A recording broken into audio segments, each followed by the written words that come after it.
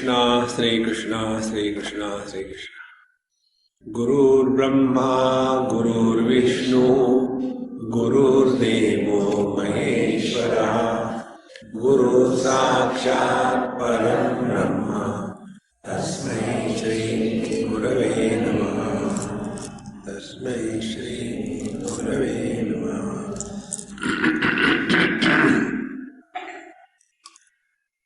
पता नहीं क्या हो गया। I am going to talk in English or Hindi?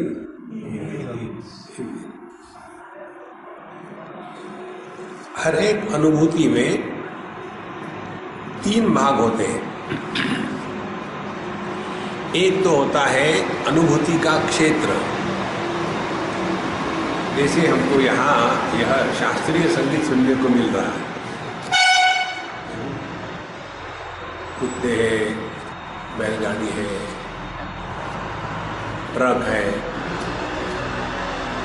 ये हो गया अनुभूति का क्षेत्र।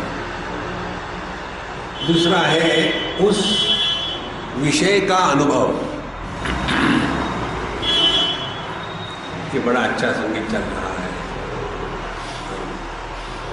और तीसरा अनुभव करने वाला कि उसको इस वस्तु का अनुभव आ रहा है। इन तीनों में महत्व की वस्तु कौन सी है? ये विषय महत्व का है, ये अनुभव महत्व का है, ये अनुभव कर्ता महत्व का है। इसका हमको चिंतन करना है। अब इन तीनों में हमारे हाथ में क्या है? जिस विषय का हम अनुभव करते हैं, क्या वो हमारे कंट्रोल में है? क्या हम कुत्ते का मुंह बंद कर सकते हैं? नहीं कर सकते। अब ये उसका आवाज सुन करके जो हमको अनुभव आ रहा है, वो अनुभव अच्छा है, बुरा है, होना चाहिए, नहीं होना चाहिए, उसको स्वीकार करना, अस्वीकार करना, ये अपने हाथ में है। देखो, और जैसे हम अनुभव को स्वीकार करते हैं, वैसा अनुभव करता निर्माण होता है।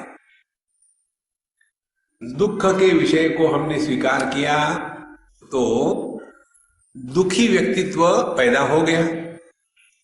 सुख के अनुभव को हमने स्वीकार किया तो सुखी व्यक्तित्व पैदा हो गया।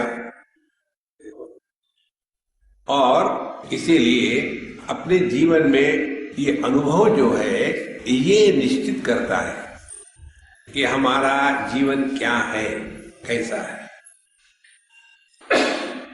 अब ये होने के पश्चात अब सवाल आता है, कितने प्रकार के अनुभव होते हैं?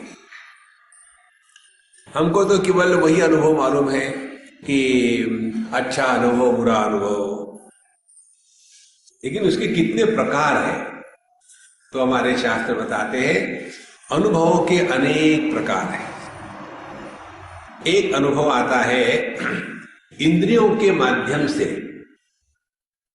जैसा आप लोग सुन रहे हो तो आप कानों से सुन रहे हैं, तो इंद्रियों के माध्यम से एक अनुभव आता है, उसको कहते हैं प्रत्यक्ष अनुभव। अक्ष माने इंद्रिय, आंखें। जो इंद्रियों के माध्यम से गृहीत अनुभव होगा वो प्रत्यक्ष अनुभव होगा। और इस प्रत्यक्ष अनुभूति में आता है यह संपूर्ण जगत। और जगत क्या है? केवल दो बातें हैं, नाम और रूप।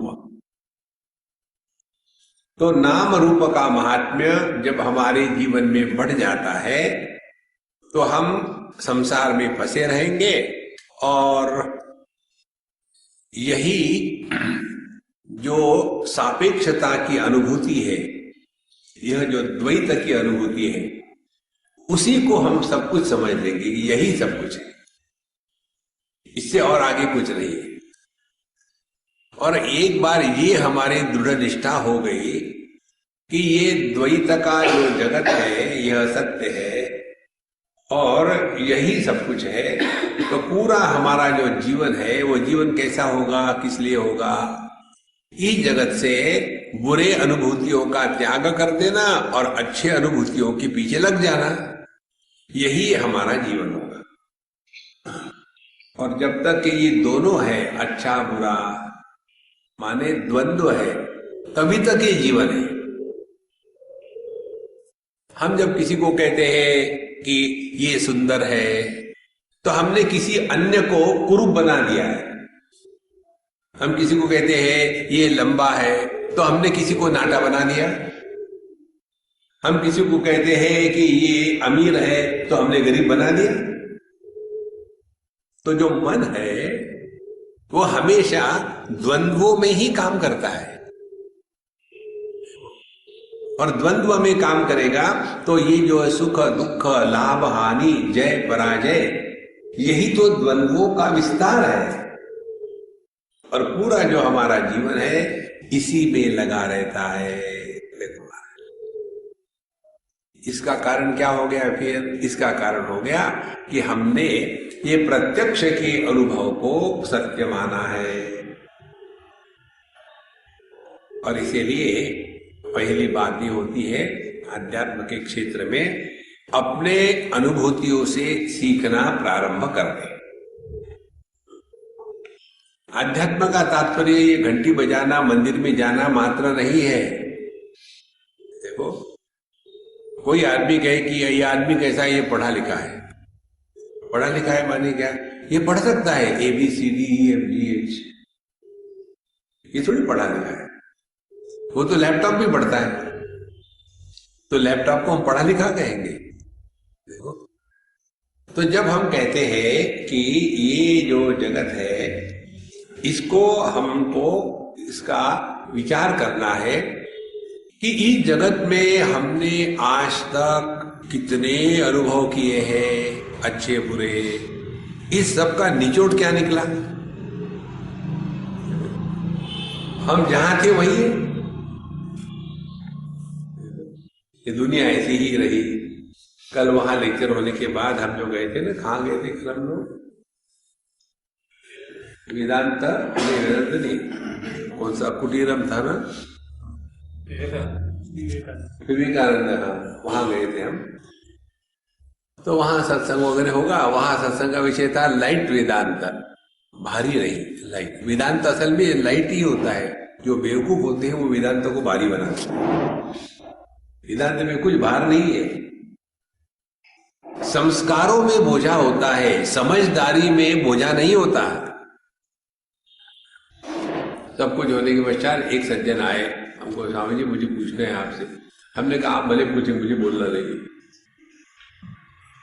बोले नहीं, मुझे ये पूछना था कि ये जो पॉलिटिक्स में इतना करप्शन आ रहा है,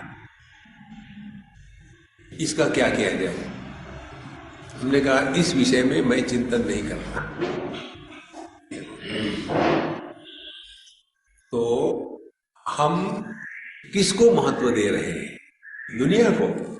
ये दुनिया हमेशा ऐसी ही रही है, इसमें एक भी घटना नई नहीं हुई। वही अच्छे लोग, वही बुरे लोग, वही लाभ, वही हानि, वही दोस्त, वही दुश्मन, वही सास, वही बहू, हमेशा ऐसा ही रहा। इसके पीछे पड़ना माने बेवकूफी के पराकाष्ठा है। दुनिया के चक्कर में मत पड़ना। लेकिन हमारा पूरा अनुभव किसमें होता है? सास चाहती है कि बहू को सुधारे और बहू चाहती है कि सास सुधरे। ये दोनों, इसको कहते हैं अपने भाषा में अशक्यानुष्ठान। अशक्यानुष्ठान माने अशक्य का अनुष्ठान करना। अशक्य का अनुष्ठान बताओ। उदाहरण ये है कि बहते हुए गंगा जी के जल पर डंडे से राम नाम लिख करके पढ़ने का प्रयत्न करना। जिंदगी भर जाएगी, कभी नहीं लिख पाओगे। तो करना क्या है? Take life lightly. कैसे लाइटली ले ले? जैसे आप वेदांत की बात सुन रहे हो ना, वैसे दुनिया की बात सुनो। वेदांत की बात हम कैसे सुनते हैं? सुन करके भूल जाते हैं। वैसी ही बात दुनिया की सुनो, वो उसको सुन करके याद कहते। लेकिन उन्होंने, जब मैं शादी होकर के इनके घर में आई थी तो मुझे बेवकूफ क्यों कहा था? कब कहा था? ये 40 साल पहले की बात है। 40 साल तक यदि भगवान को याद रखो तो भगवान प्राप्त हो जाएंगे, लेकिन ये घटिया बात को याद रखा है। देखो संतो, तो हम किसको महत्व दे रहे हैं अपने अनुभव में? यदि इंद्रियों के माध्यम से प्राप्त ज्ञान को हम महत्व देंगे तो हमारा सत्यानाश गारंटी है। इसलिए आध्यात्मिक साधना का तात्पर्य, अध्यात्म माने पर्टेनिंग टू द सेल्फ, आत्मा से संबंधित, दुनिया से संबंधित नहीं। एक तो ये अनुभव हो गया। दूसरा अनुभव होता है मन के स्तर पर। तो मन के स्तर पर अनुभव होता है कि व्यक्ति हमेशा इमोशनल रहता है। ये इमोशनल जो लोग होते हैं ना, वो असल में कमोशनल होते हैं। इमोशनल कम होते हैं, कमोशनल ज्यादा होते हैं। हर चीज को लेकर के अपना गंगा यमुना सरस्वती शुरू हो गई। इमोशंस होने चाहिए, लेकिन उसके ऊपर अपना नियंत्रण भी चाहिए। और ऐसे जो इमोशनल लोग होते हैं वो हमेशा भगवान के सामने आकर के रोते रहते हैं कि भगवान ये कर दो, वो कर दो, दर्शन कब दोगे? अपना चेहरा देखो दर्पण में, दर्शन कब दोगे? कौन चाहता है किसी को देखने के लिए? देखो, हम लोग कितना भी तिरस्कार करें, लेकिन कहीं ये जो एडवर्टाइजमेंट आती है वहां एक सुंदर लड़की की तस्वीर हो और बगल में एक गधे की तस्वीर हो तो किसको देखोगे आप? कितने भी आध्यात्मिक हो, उस लड़की की तस्वीर को ही देखेंगे ना। लड़का देखेगा क्योंकि लड़की है, और लड़की देखेगी कि वो मेरे से घटिया कैसी है, कंपैरिजन करने के लिए। दोनों देखेगी। देखो महाराज, तो जब हम किसी सुंदर अच्छे व्यक्ति को देखना चाहते हैं तो भगवान भी वैसे ही चाहते हैं। भगवान के सामने रोना धोना ये अध्यात्म नहीं है। फिर तीसरी बात आती है अपने बौद्धिक अनुभव। तो एक हो गया इंद्रियों के माध्यम से, दूसरा हो गया मन के माध्यम से, अब तीसरा हो गया अपने इंद्रिय बुद्धि के माध्यम से। बुद्धि के माध्यम से अनुभव कैसा होता है? केवल लॉजिक और रीजन, केवल तर्क मात्र। लेकिन ये भगवान ने दुनिया क्यों बनाई? घुमा फिरा करके वहीं आ जाते। एक सज्जन है हमारे, अच्छे मित्र है, बूढ़ा है, 85 के करीब है। उनके कारण घर के सब लोग परेशान, सभी के सभी परेशान। बुढ़ाओं के कारण घर में लोग जितने परेशान होते हैं उतने जवान लोगों के कारण नहीं होते। आप सबका अनुभव यही होगा। अब ये इनकी स्थिति क्या है? इनकी स्थिति है, उनका लड़का बीमार है, कैंसर हो गया उसको। उनका लड़का भी बूढ़ा है, जवान नहीं है, वो भी कोई 70 या 65 के करीब है। अब उनको कैंसर हो गया, और उसके पिताजी जो है 85-90 के करीब, वो अभी टन है। वो जाकर के उसको परेशान करते हैं। ये तो कुछ भी नहीं, मैं जब छोटा था, और वो अपनी ही बताते हैं, मुझे तो डॉक्टर के पास कभी ले नहीं गए तुम, अब भुगतो। अरे वो पड़ा हुआ है, लेकिन इनको समझ में नहीं आता खाने को क्या बनाया। कई दिनों से बैंगन का भरता नहीं बनाया था। इतने परेशान, और उनका लॉजिक यही है, इनको ये क्यों हो गया? क्योंकि इसने ऐसा किया था। देखो, जो आदमी लॉजिक में फंसा रहता है ना, वो परमात्मा को प्राप्त नहीं कर सकता। लॉजिक के परे जाना है हमको। इसीलिए वेदांत का सिद्धांत आपको बताते हैं, कार्य कारण मिथ्या। Don't get lost in cause and effect. दोनों बकवास है। कोई कारण नहीं, कोई कार्य नहीं, ऐसे ही होता है। इस प्रकार से ये भिन्न भिन्न अनुभूतियों से पहले अपने आप को उपरत करना है, तब हम जाकर के अपरोक्षानुभूति के अधिकारी बनते हैं। देखो कहां कहां फंसे थे हम लोग। तो इस अपरोक्षानुभूति में पहला जो विषय है वो विषय यही है कि व्यक्ति में क्या क्या अधिकार होना चाहिए अपने स्वरूप के दर्शन के लिए, जिसको कहते हैं अनुबंध चतुष्टय। अनुबंध चतुष्टय माने इस ग्रंथ का विषय क्या है, ये ग्रंथ पढ़ने का अधिकारी कौन है, और इसका प्रयोजन क्या है, और इस ग्रंथ के साथ हमारा संबंध क्या है। चार बातें, अधिकारी, विषय, प्रयोजन और संबंध। तो ये चार बातें हमने आपको इस प्रकार से बता दी शॉर्ट में। अच्छा, दूसरी महत्व की बात, इस अपरोक्षानुभूति के लिए व्यक्ति को अधिकारी होना आवश्यक है।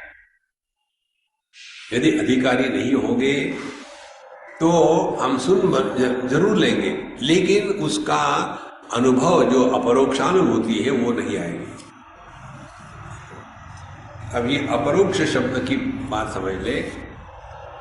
जगत का दर्शन उसको कहते हैं प्रत्यक्ष अनुभव। और भगवान की बात सुनी है हमने, भगवान कृष्ण छोटी सी उंगली पर पहाड़ को उठाते थे, मक्खन खाते थे, अर्जुन को गीता का उपदेश किया, गोपियों को परेशान किया, सबको कंफ्यूज किया। देखा तो है नहीं किसी ने, सुनी सुनी बातें। तो इसको कहेंगे परोक्ष अनुभव। मरने के बाद स्वर्ग में जाएंगे, मरने के बाद नरक में जाएंगे। किसने देखा है नरक स्वर्ग? ये सब परोक्ष बातें हैं, माने स्वयं की अनुभूति में नहीं है, केवल सुनी सुनाई बातें हैं। उसको कहते हैं परोक्ष अनुभूति। एक हो गया प्रत्यक्ष, दूसरा हो गया परोक्ष। आप तो वचन से स्वीकार करके, यानी महात्मा जी ने बताया तो ठीक ही होगा, नहीं शास्त्रों में लिखा है तो ठीक ही होगा, परोक्ष अनुभव। तीसरा होता है अपरोक्ष। अपरोक्षानुभूति माने जिस अनुभूति में इंद्रिय, मन और विश्वास इनकी आवश्यकता नहीं। हम है, हम कैसे जानते हैं? नाक से सूंघ करके, हाँ शायद लगता है, नहीं। क्या हम अपने होने को देखते हैं? हाँ शायद मैं दिख रहा हूं, मैं हूं, नहीं। क्या हम अपने होने को कानों से जानते हैं? हाँ मैं सुन रहा हूं कि मैं हूं, नहीं। अपना जो होना है ये प्रमाण निरपेक्ष अनुभूति है, पहली बात। दूसरी बात, प्रमाण निरपेक्ष माने जिसको किसी प्रमाण की अथॉरिटी की आवश्यकता नहीं है। जैसे आंखें ठीक है कि नहीं कैसे पता चलेगा? जब वो रूप रंग को देख सकती है, पढ़ सकती है तो ठीक है। तो प्रमाण क्या हो गया? प्रमाण ये हो गया कि आंखों के द्वारा रूप रंग का दर्शन होता है, इसीलिए आंखें हैं, ठीक है। यदि नहीं पढ़ सकते हैं तो आंखें अंधी है, प्रमाण हो गया। इसी प्रकार से हम है, ये हम किस इंद्रिय मनोबुद्धि से ग्रहण करते हैं? किसी भी नहीं। इसको कहते प्रमाण निरपेक्ष अनुभूति। फिर दूसरी बात होती है, अपने होने में आदि मध्य अंत नहीं होता। देखो जैसे अपना सत्संग शुरू हो गया, आदि प्रारंभ, फिर मध्य थोड़े समय तक चलेगा, और थैंक गॉड खत्म भी होगा। तो जिस अनुभूति में आदि मध्य और अंत होता है वह परिच्छिन्न अनुभूति है, परिपूर्ण नहीं है। तो अपरोक्षानुभूति क्या होगी? जिसमें आदि नहीं है, मध्य नहीं है, अंत नहीं है। अब इसको छानो अपने। हमको कभी अपने जन्म का अनुभव आया क्या? नहीं आया। किसी ने कह दिया कि आपका जन्म हो गया और मान लिया। किसी को भी अपने जन्म का अनुभव नहीं आता। उसी प्रकार से हम उम्र में बढ़ रहे हैं तो अपने बढ़ने का भी अनुभव किसी को नहीं आता। इसीलिए अभी हमारे जगन्नाथन अंकल कह रहे थे, हमने उनको ग्रीट किया hello the youngest old man of Bangalore. तो बोले स्वामी जी आपने मुझे ठीक समझाया, बाकी कोई समझता नहीं। कारण क्या है कि वो गए थे मिडिल ईस्ट में। मिडिल ईस्ट में जाने के बाद उल्टा पढ़ना सीख लिए, तो 71 का हो जाता है 17, हो गए जवान। उर्दू पढ़ने के फायदे ये है। तो महाराज हमको ना तो अपने जन्म का अनुभव है, ना तो अपने बढ़ने का अनुभव है, ना तो अपने मृत्यु का अनुभव है, ना तो अपने अभाव का अनुभव है। ये है अपरोक्ष अनुभूति। लेक्चर खत्म। तो बैठे रहो, और क्या है, क्या करना है। लेकिन जहां लेकिन आ गया वहां से संसार शुरू हो गया। बहुत सिंपल बात है, कठिन नहीं है। तो अपरोक्ष अनुभूति वो हो गई जिसमें आदि मध्य अंत नहीं होता, जिसमें किसी प्रमाण की अपेक्षा नहीं होती। तो अपरोक्ष अनुभूति किसको कहेंगे? केवल हमने अपने को जो समझा है, क्या वो समझ अपने बारे में ठीक है कि गलत है। यदि हमने अपने आप को जो समझा है वो शास्त्रों के सिद्धांतों के अनुसार यदि गलत सिद्ध हुआ, तो आध्यात्मिक साधना क्या हो गई? अपने आप को बदलने के लिए हम तैयार हैं और अपने आप को बदलने के लिए हम सक्षम हैं। दो बातें। जो स्वयं को बदलने के लिए और तैयार भी नहीं और सक्षम भी नहीं है, वो क्या करता रहेगा? वो भगवान को परेशान करेगा। इसीलिए अपने जितने भगवान लोग होते हैं ना, सबसे ज्यादा परेशान भगवान राम है। उन्होंने मुझे बताया हर एक आदमी उनका नाम ले लेकर परेशान करता है। राम राम राम राम राम राम राम, हरे राम।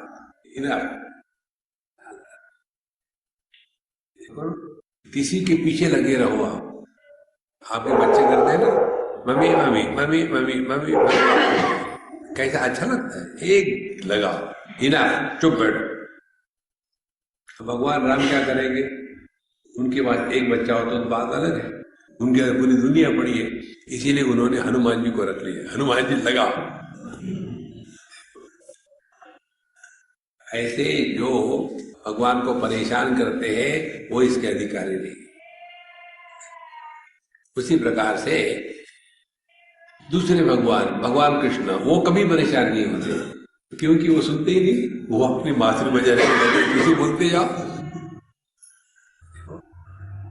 एक बार हम अमेरिका में थे, लेक्चर होने के बाद वो एक स्त्री कहती है, स्वामी जी आपने जो बताया वही हम करते हैं, हम साइकेट्रिस्ट हैं, हम वही करते हैं। हमने कहा नहीं, वो नहीं करते आप पेशेंट को बुलाने को लगाते हो और वो बेचारा घंटे भर बोलता है और पैसे देके चले जाता है, और मैं बोलते रहता हूं, कोई पैसा नहीं देगा, चला जाता है और कोई सुनता भी नहीं। दिन में बोलता जरूर हूं। हाँ, इतना सामान्य है कि जैसे पेशेंट की बात आप सुनते नहीं हो, उसी प्रकार से ये जो सुनने वाले वो भी मेरी बात सुनते नहीं चले जाते। देखो सकते हो, इस चक्कर से अपने आप को बचाओ। यही भगवान के प्राप्ति का उपाय है। Remain indifferent. उदासीन वदासीनम असक्तम तेषु कर्मसु। भगवान कहते हैं जीवन में उदासीन रहना बहुत बड़ी साधना है। उदासीन रहना माने ना उद्धव का लेना ना माधव को देना। ये दुनिया ऐसी क्यों है? ये ऐसी होती है। लेकिन सबकी बहू अच्छी होती है, मेरी बहू क्यों ऐसी है? ये मैन्युफैक्चरर्स डिफेक्ट है, कुछ नहीं किया जा सकता। जिस दिन आप ये समझ लोगे ना, समझ लेना आप अपरोक्ष अनुभूति के मार्ग पर चल पड़े।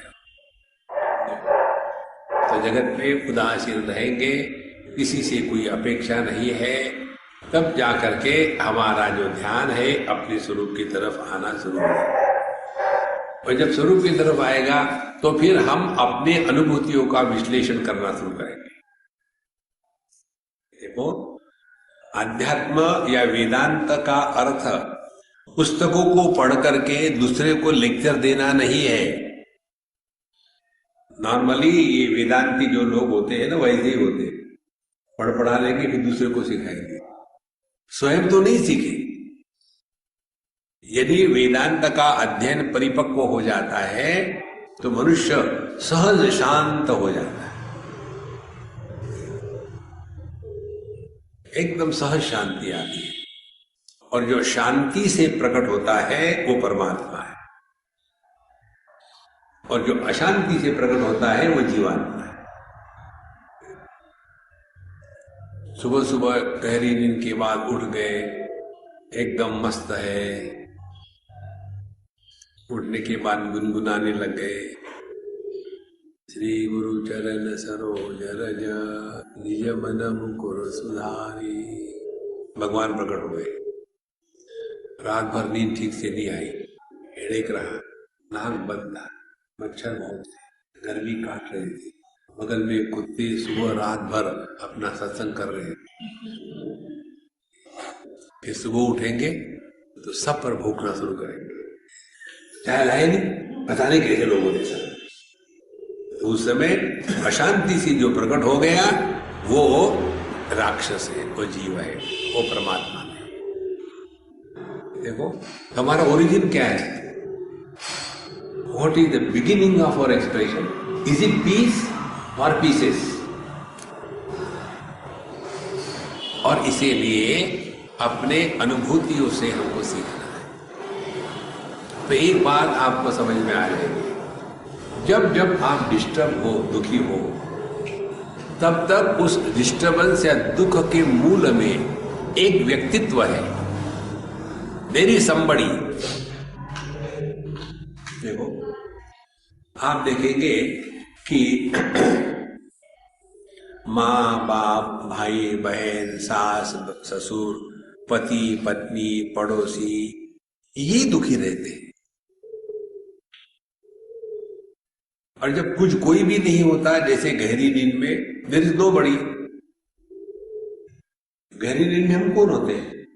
पति नहीं, पत्नी नहीं, भाई नहीं, बहन नहीं। इसीलिए when you are nobody you are happy. तो अपरोक्षानुभूति को प्राप्त करने की साधना क्या होगी? ये जो हम बड़ियों का बोझा ढोने वाले गधे बन गए हैं, ये बोझे को उतारना है। देखो, हमारे अखंडानंद जी महाराज कहते थे, अध्यात्म का अर्थ जीवन में विशेषता निर्माण नहीं करनी, जो विशेषता है उसको समाप्त कर देना है। निर्विशेष अनुभूति को कहते हैं अपरोक्ष अनुभूति। ये दिन है, ये कौन कह सकता है? जागृत पुरुष। मैं अनफॉर्चुनेट हूं, कौन कह सकता है? पति। देखो महाराज, और यह अच्छा सपना था, कौन कह सकता है? स्वप्न पुरुष। जागृत पुरुष ये नहीं कह सकता कि सपना अच्छा था, क्योंकि सपने में जागृत पुरुष था ही नहीं, वहां स्वप्न पुरुष था।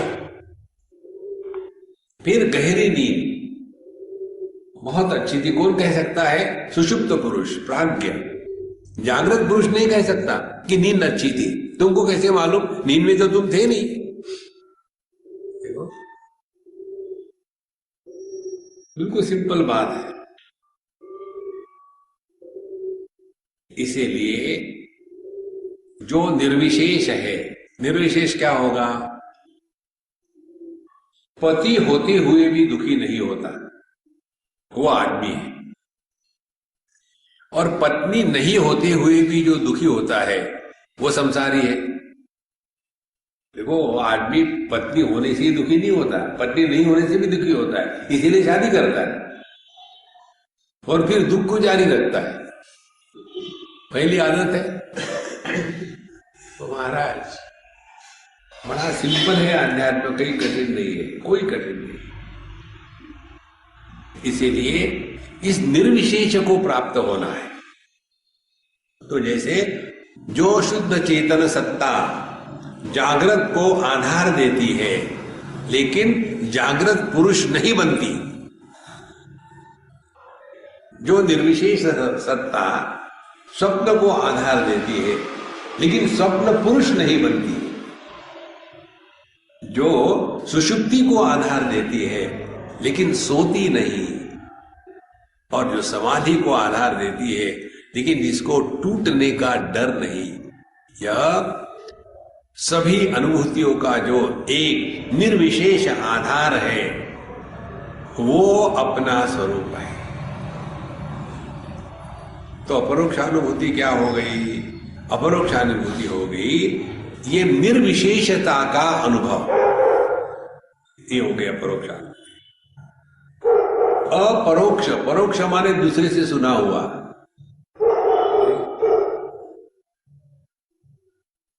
दूसरे से सुना, हम लोग गए थे स्विट्जरलैंड, बहुत अच्छा था, इतना क्या बताया, बता ही नहीं सकते। दूसरे से सुना, फिर दूसरे को बताया, देखो एक हमारे मित्र थे स्विट्जरलैंड में, इतना अच्छा था, इतना अच्छा था, बोल रहे थे, बता ही नहीं सकते। तो फिर क्यों बता रहे? तो किसी से सुनकर के जो बात बताई जाती है वो परोक्षानुभूति है,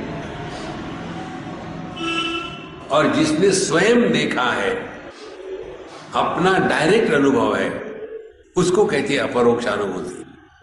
अब ध्यान से सुनना। रूप रंग के अनुभूति के लिए आंखों की अपेक्षा है,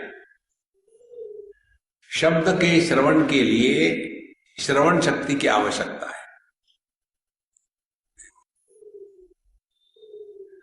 ये बात हम सुनते जरूर है, 1000 बार आपने सुनी हुई, लेकिन क्लिक नहीं हुई आज तक। आपको पता है रूप रंग है, ये हम कैसा कहते हैं? अपने आंखों के कारण। आंखें यदि बंद कर दो तो रूप रंग कहां गए? तो रूप रंग की सत्ता किसमें है? दृष्टि में। अंधे आदमी के लिए रूप रंग नहीं होता। भगवत गीता में 108 जोक्स हैं। यदि आप भगवत गीता के 108 जोक्स को ढूंढ के निकालो तो आपने भगवत गीता का योग्य अध्ययन किया है। एक जोक आपको बताए, बाकी का होमवर्क। विश्वरूप का दर्शन जब भगवान कृष्ण ने अर्जुन को कराया और इसका रिपोर्ट जब हमारे संजय महाराज दे रहे थे धृतराष्ट्र को, तो क्या कहते हैं?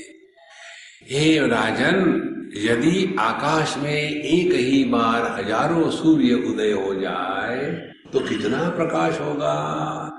उससे भी बढ़कर के इस विश्व रूप का प्रकाश था। अब इससे बढ़कर के क्या जोक हो सकता है? जिस अंधे ने एक भी सूर्य नहीं देखा उसको बता रहे हैं हजार सूर्यों का दर्शन। देखो, लेकिन ये आपको तभी समझ में आएगा जब आप हल्के फुल्के होगे ना। भगवान भगवत गीता पढ़ने को बैठे, ये पापम जरति पुरुष, रोते रहो। भगवत गीता पढ़ते समय अर्जुन को मारो गोली, कन्हैया को पकड़ के रखो, मजा आएगा। ये अर्जुन को लेकर के भगवत गीता पढ़ोगे तो दुखी हो जाओगे। देखो, इसीलिए सत्संगियों के पास जाओगे तो दुखी हो जाओगे, ऑर्डिनरी आदमी के पास जाओ तो मस्त हो जाओगे। ये सत्संगी स्पॉइल्ड होते हैं। अच्छा महाराज, यह अपरोक्षानुभूति अपने जीवन में उतारने के लिए साधना हो गई। अपने अनुभूतियों से अपने आप को सीखना है। अब क्या साधना है? साधना ये है, जो बात समझदारी से होती है वो टिकती है, जो बिना समझदारी की होती है खत्म हो जाती है। उसका उदाहरण मैं आपको समझाने के लिए। एक बार हैदराबाद में हम गए थे और बच्चे थे हमारे साथ 5-10, और वो हमको किसी मेले में ले गए। और वहां दुनिया भर के राइड्स थे, वो ऐसे रेलगाड़ी गोल गोल घूमती है उसका, और क्या क्या थे, और हम उनके साथ बैठते, चलो चलो बैठ लिए। और फिर एक ने कहा कि देखो स्वामी जी अपने साथ हर जगह आ रहे, उनको पूछते क्या अच्छा लगता है वहां जाएंगे। हमने कहा चलो। जहां पूछा वहां एक आईना घर था, हमने कहा चलो आईना घर में जाते हैं। तुरंत एक लड़की कहते स्वामी जी डोंट बी डम, वो आईने घर व्हाट इज देयर टू सी। ऐसे लोग के नहीं जाएंगे। दूसरी कहती don't say like that, Swami ji ने कहा है क्या कभी कि मैं वहां नहीं आऊंगा, हम सब जाएंगे। चलो। एक सिद्धांत बताऊं आपको, जीवन में दुराग्रह मत करना, किसी भी चीज को लेकर के दुराग्रह मत करना। ये माताएं होती है ना, बहुत जिद्दी होती है, आपको पता नहीं मैं ये माताओं से कितना परेशान हूं। दुनिया भर का खाना बनाएगी और खाओ और खाओ, उनको कहो ना अभी मैं खाऊंगा तो भर जाऊंगा, बोले कोई बात नहीं। देखो इनका प्यार भी कुछ नहीं होता, ये जबरदस्ती होती है। तो हमने कहा ठीक है भाई चलते हैं, नहीं तो नहीं। हम गए अंदर। फिर अंदर में कैसा था, पहला दर्पण था, एक एक को जाना है, ऐसे पार्टीशन थे। पहले दर्पण के सामने गए, वहां अपना प्रतिबिंब एकदम टेप वर्म के जैसा लंबा का लंबा दिख रहा। ओह देखो कैसा दिख रहा। फिर वहां से निकले, दूसरे दर्पण के सामने खड़े, वहां कद्दू के जैसे हो गए। ऐसा कर कर करके बाहर आ गए। आने के बाद हमने कहा महात्माओं कैसा लगा? Swami ji this was the best. जब आप अपने को देख करके प्रसन्न हो जाओगे ना, तब समझ लेना आप अपरोक्ष अनुभूति के मार्ग पर चल पड़े। हम सभी के सभी अपने से जितने परेशान हैं उतने अन्य से परेशान नहीं होते हैं। सबसे ज्यादा परेशान हम होते हैं अपने ही मन के कारण, क्योंकि सबसे ज्यादा अपने साथ कौन रहता है? मनीराम, वही परेशान करता है। इसीलिए अपरोक्षानुभूति को पहले समझने के साथ करना है। फिर वहां से हम निकले, फिर स्वामी जी आपका चॉइस बहुत अच्छा है, आप बताओ क्या करें। तो वहां वो बंदूक चलाने वाले होते हैं ना, गुब्बारे को मारना है, चलो बंदूक चला। तो हमको बताया हम जहां चला, हमने कहा मुझे नहीं आता, मैं टेररिस्ट नहीं। बोले नहीं सिंपल है। फिर उसने मुझे सिखाया ऐसा करो वैसा करो, ठीक है अब लगाओ, लगा दिया, फट से लग गए। बोले देखो हमको तो आता है। फिर दूसरा भी लग गया, तीसरा भी लग गया।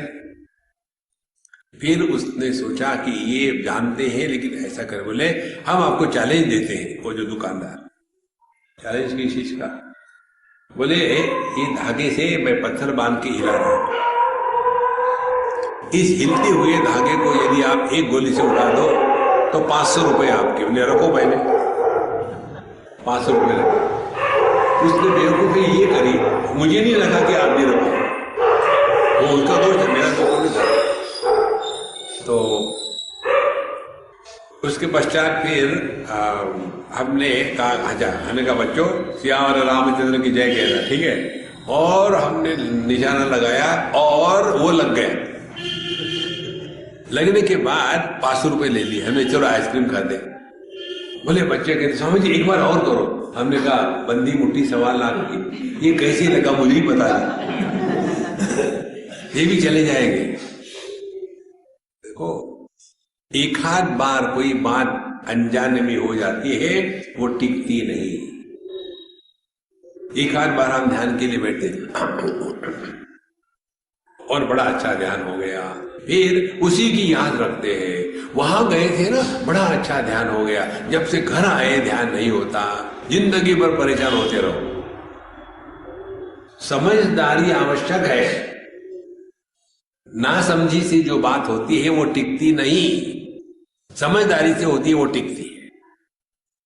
तो समझदारी किसके बारे में? समझदारी अपने बारे में। कस्त्वं कोहम कुतमायातः कामे जननी गोमेतातः इति परिभावय सर्वमसारं विश्वं त्यक्त्वा स्वप्न विचारम भज गोविंदम भज गोविंदम।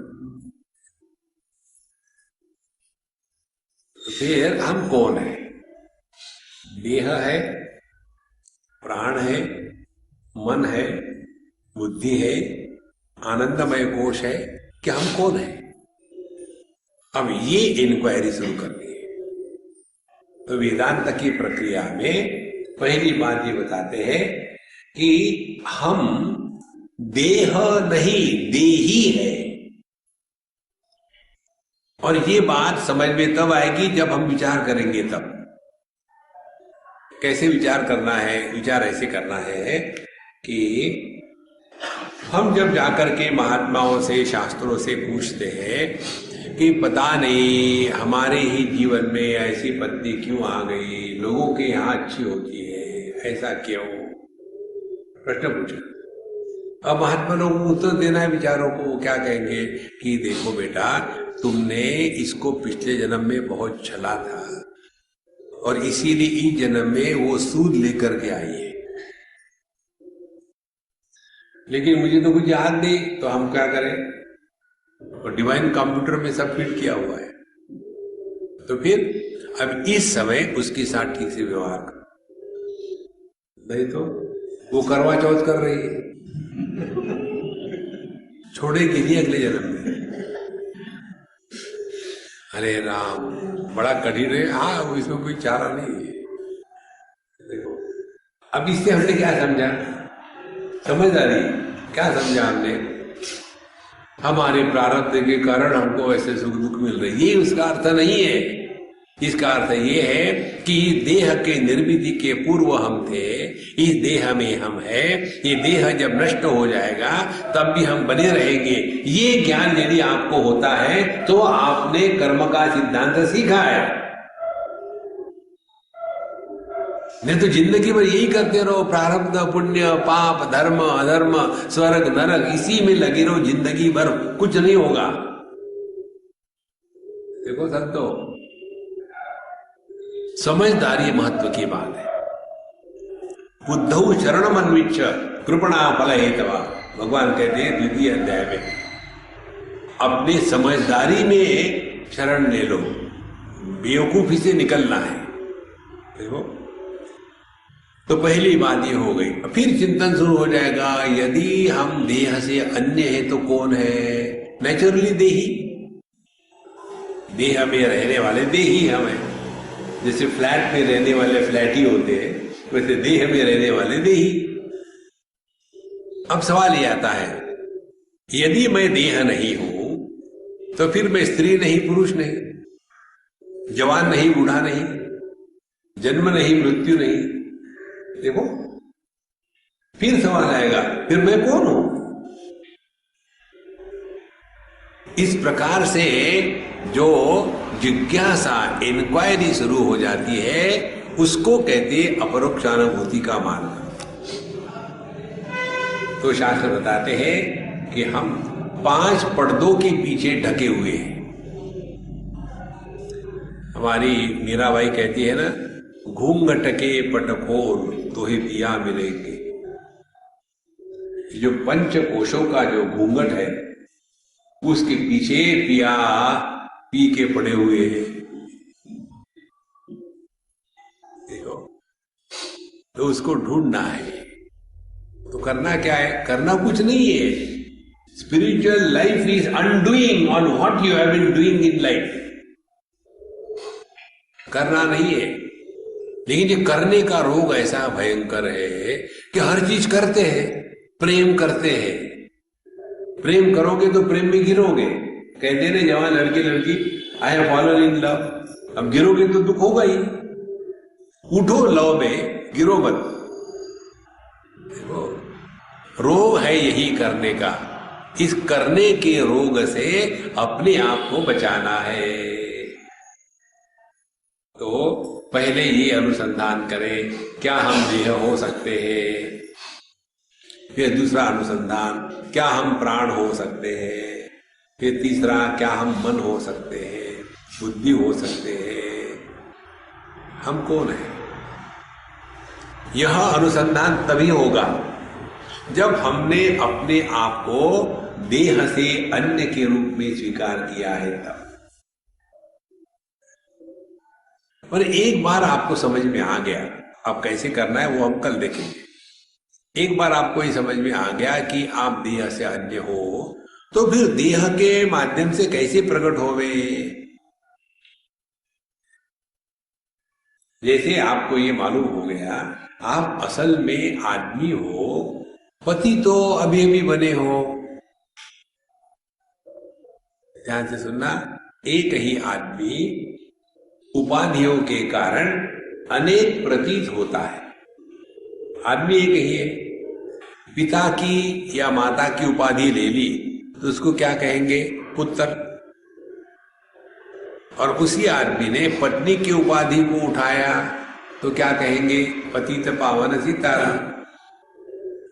और उसी आदमी ने अपने बच्चे की उपाधि को धारण किया, उसको क्या कहेंगे? पिता। तो क्या वो एक आदमी तीन बन गए? और दुखी कौन हो रहा है? जो नहीं है वो दुखी हो रहा है।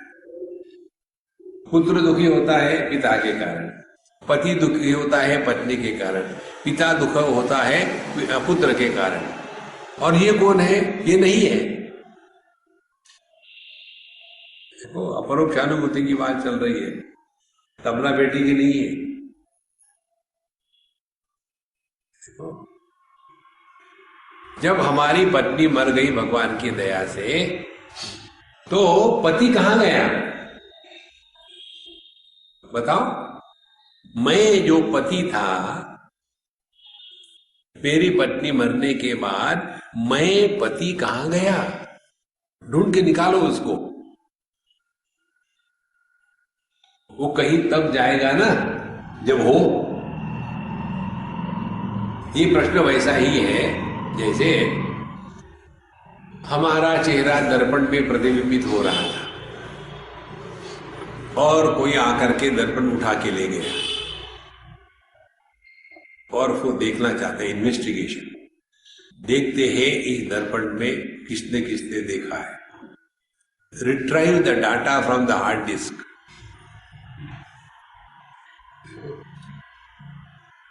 कितना भी ट्राई करो, इसमें किसने किसने देखा है, किसने देखा है। कितना भी देखो, आप ये नहीं देख पाओगे कि दर्पण में इसके पहले किसने देखा। तो दर्पण में हम नहीं है और फिर हम रोने लग गए, यार मेरा प्रतिबिंब मैंने अपनी आंखों से देखा था, गायब हो गया, कहां गया? अब ढूंढ के निकालो।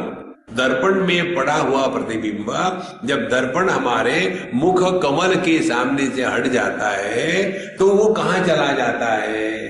वही यह जीव चला जाता है मरने के बाद।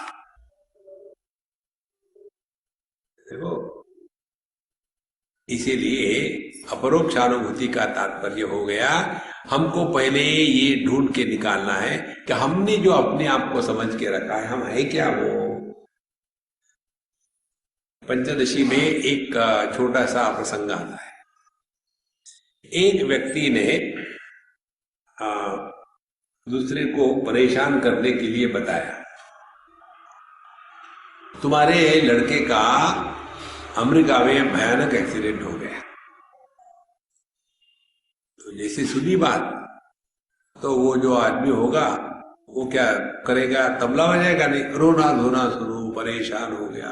कैसे हो सकता है, क्या हो सकता है? घर गया, फोन नंबर देखा और फोन लगाया। यहाँ का दिन, वहां की रात। रात को 2 बजे वहां यहां से फोन जब किया तो उससे लड़के ने फोन उठाया और डांटा, पिताजी कितने बार कहा है उल्टे समय में फोन मत किया करो।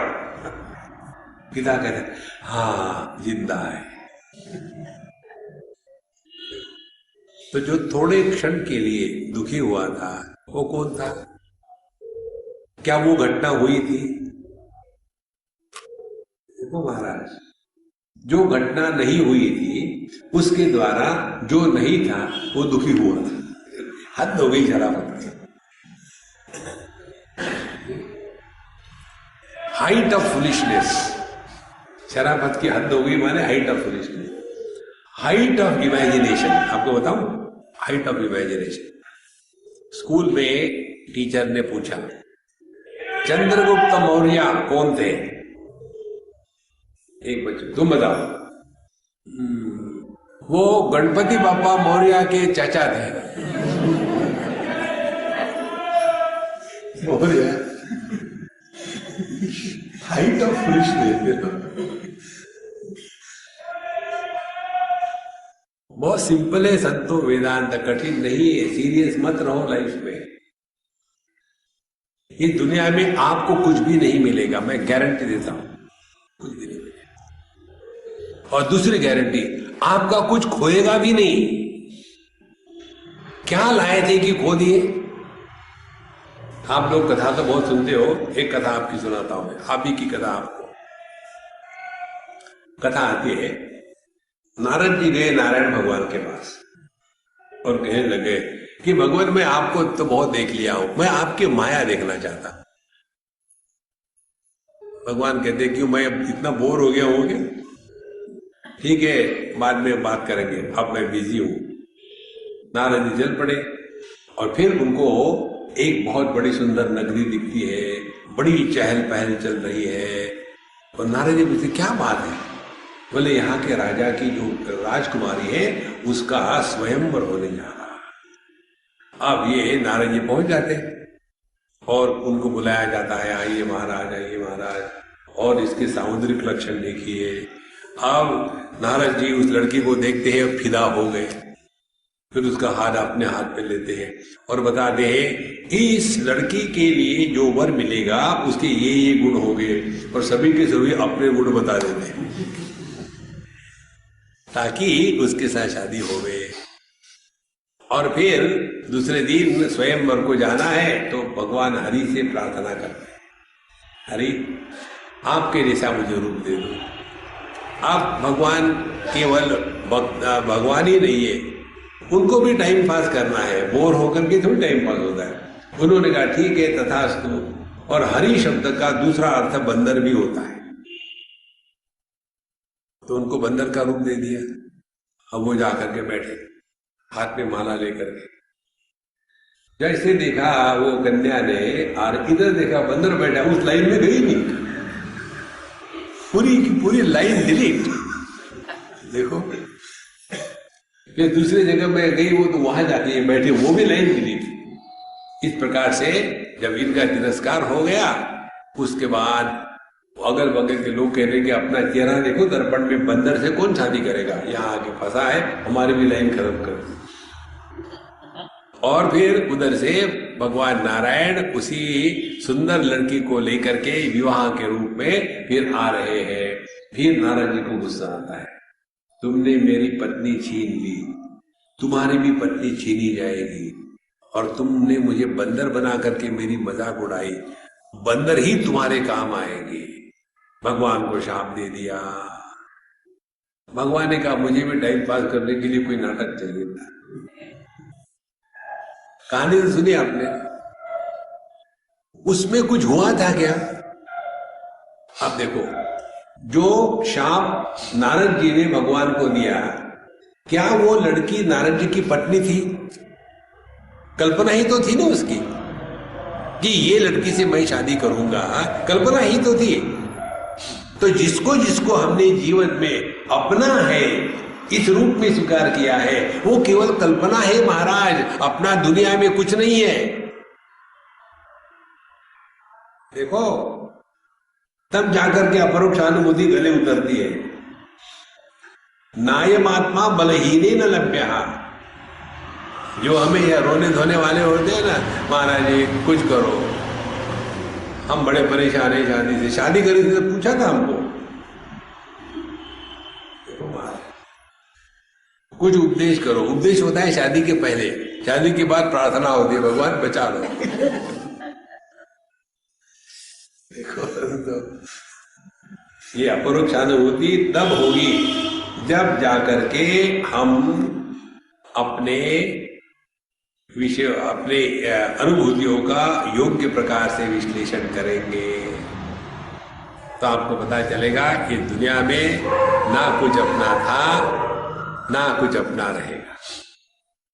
और ध्यान से सुनना, जब हम सबका त्याग कर देते हैं तभी असली आनंद मिलता है। ये मंत्र चैंटिंग करने से नहीं मिल रहा आनंद। न कर्मणा न प्रजया धनेन त्यागे नैके अमृतत्वमानशो, कुछ नहीं होगा उससे। त्यागे नैके अमृतत्वमानशो, लाओ दक्षिणा तुरंत। इसीलिए संतो इसको स्पष्ट समझ लेना, जब हम सबका त्याग कर देते हैं उस समय गहरी नींद में प्रवेश होता है। गहरी नींद में हमारे पास कुछ नहीं होता और हम भी कुछ नहीं होते। When we have no possessions and we are nobody, we are happiest. ये अपने गहरे नींद की अनुभूति को वर्तमान में जो जीता है उसको कहते हैं साधु संत। वो इस अपरोक्षानुभूति में निष्ठावान हो गया है। इसीलिए अपरोक्षानुभूति का तात्पर्य अपने अनुभूतियों का विश्लेषण करना। तो पहले विश्लेषण हम ये करेंगे, क्या हम देह हो सकते हैं या नहीं, क्या हम प्राण हो सकते हैं या नहीं, क्या हम मन हो सकते हैं या नहीं। उसी प्रकार से बुद्धि और आनंदमय। और यदि हमको विश्लेषण करके ये सिद्ध हुआ ये पांचों हम नहीं हो सकते, फिर सवाल आएगा फिर हम है कौन। तो दो बातें होती है अपरोक्षानुभूति की साधना में, जो हम नहीं है उसका त्याग करना और जो हम है उसमें निष्ठा प्राप्त करना। ये दोनों को मिला करके अपरोक्षानुभूति पूरी होगी। और ये अपरोक्षानुभूति जिसके जीवन में हो गई है उसका जीवन कैसा है उसका भी ट्रेलर आपको दिखाएंगे। और ट्रेलर दिखाने के बाद जैसा हमारे बच्चे एक्टिंग करते हैं ना, स्पाइडरमैन की और हनुमान की, इसी प्रकार से आध्यात्मिक साधना होती है रियलाइजेशन की एक्टिंग करना। नाटक करो। छोटे बच्चे नहीं खेलते हैं, मम्मी पापा भाई बहन बैठे, चलो खेलते घर घर। और घर पे क्या करें, खेलेंगे मम्मी पापा। और उनके जो डायलॉग होते वो स्क्रिप्ट राइटर लिखता है क्या? रोज जो घर में होता है महाभारत उनको कंठस्थ है, कोई पढ़ाई करने की आवश्यकता नहीं। इसी प्रकार से ये रोज जो सुनते हैं ना वेदांत, सुनने के बाद नाटक शुरू कर दो। जैसे बच्चे घर घर खेलते हैं वैसे आप रियलाइजेशन शुरू कर दो। दुखेषु अनुद्विग्नमनाः सुखेषु विगतस्पृहः वीतरागभय क्रोधः स्थितधीर्मुनि उच्यते। जो अपने स्वरूप में निष्ठावान हो गया है उसकी समझदारी कभी करप्ट नहीं होती। ओके। दुख आने से जो दुखी नहीं होता। ओके। अब क्या परिस्थिति है, दुख चारों तरफ है, अब क्या मेडिटेशन है, दुख होते हुए भी दुखी होने से इनकार कर दो। इसको कहते हैं आध्यात्मिक साधना। दुख हर एक की जीवन में आते हैं। एक चीज याद रखना, जो चीज आती है वो जाती है गारंटी से। हमेशा नहीं रह सकता, दुख भी नहीं रह सकता। तो केवल उसके लिए एक ही साधना है, तितिक्षा। सहनम सर्व दुखानाम अप्रतीकार पूर्वक। सह लो, नहीं रहेगा। आप अपने जीवन के कोई भूतकालिक अनुभव देखो, तो उन भूतकालिक अनुभूतियों में उस समय जब अनुभव हो रहा था तब क्या लगता था कि बस ये तो शायद अपना जीवन खत्म हो गया, लेकिन अभी भी चल रहा है ना। ऐसे ही होता है। Don't take any experience as the last experience. अच्छे बुरे आके चले जाते हैं, आप जो कहते हो उसमें निष्ठावान होकर के रहना, उसको कहते हैं अपरोक्षानुभूति। और उसके लिए किसी अन्य के सर्टिफिकेट की आवश्यकता नहीं है। जरा बताना, मैं रियलाइज हो गया। हाँ बता सकते क्या? नहीं हो? नहीं है। इतने सालों से मैंने वेदांत का श्रवण किया, अब आपने क्यों पूछा? क्यों पूछना नहीं चाहिए? कभी आप पूछते हो किसी से? आपने खाना खा लिया, बताओ मेरा पेट भर गया क्या? कभी पूछते हो किसी से?